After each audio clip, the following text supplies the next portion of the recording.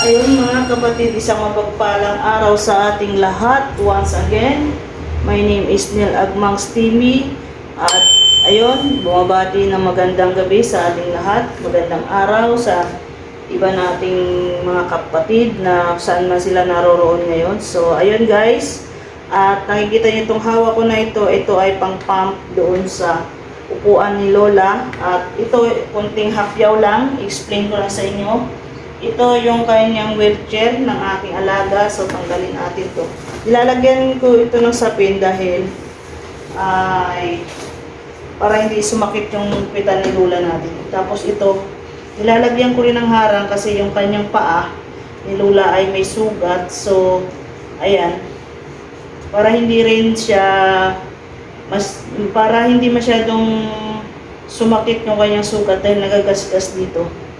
Ayan, ito guys, so ito yung kanyang upuan. So papakita ko lang sa inyo ang laman na to. May zipper ito, malambot na kasi yung upuan niya, so lalagyan natin ng hangin. Ayan.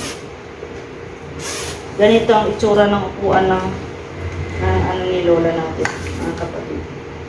Ayan. Ayan. So tanggalin na natin. May needle yan dito. May needle na paglagyan ng hangin. O, so, ito guys, mukhang malambot na, no? Malambot na. So, tara.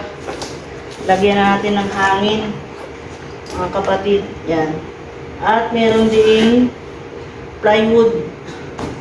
Yan. Ito yung wheelchair ni Lola natin, ng aking alaga. So, sa mga bago pa lang dito sa aking YouTube channel at Facebook page. Ako pala si Neil Agmangs TV, ay isang caretaker dito sa Taiwan, ang nag-aalaga ng elderly, ng Lola.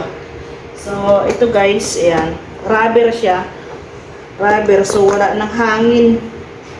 Mayroon pa siyang katalog. Yan, di ba? How to use caution. Caution. Kung basa niyan, ayan. Ito kasi yung bilog-bilog na ito para hindi sumakit ang pita ni Lola. Kasi si Lola ko ay masyadong malaki, mataba.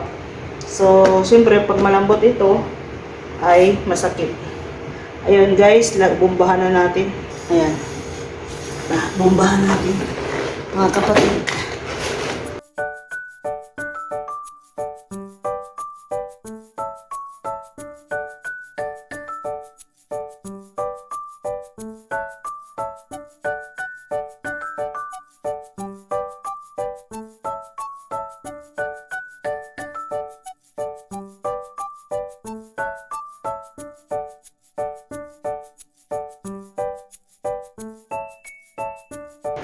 Guys, lumubo na. O, di ba? Kanina, pero kailangan pa natin kargahan. Kasi meron pang mga iba o malambot pa. Yan, malambot pa.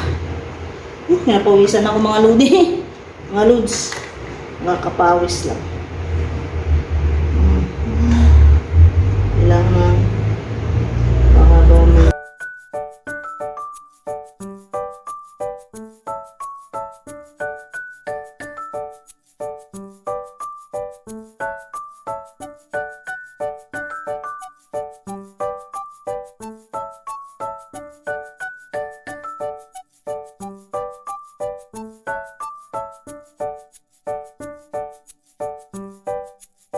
Okay na. Okay, tubigas na. So, ayun.